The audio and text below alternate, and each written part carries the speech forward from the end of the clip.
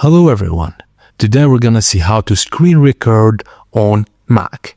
Firstly, click the Apple menu, then System Settings. Go to Privacy and Security and scroll down and select Screen Recording. Toggle on Screen Recording access for the app you're using. You might need to restart the app after enabling permission. Now open the window or app you want to record and press Shift plus Command plus 5 to bring up the screenshot toolbar. You'll see screen recording options like Record Entire Screen icon with a screen and circle, or Record Selected Portion icon with a dotted box and circle.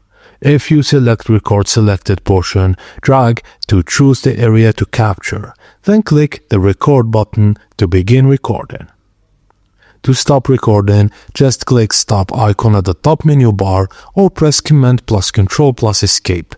Your screen recording will automatically save to your desktop or another set location if customized. And that's it guys, thank you for watching and please don't forget to like and subscribe for more.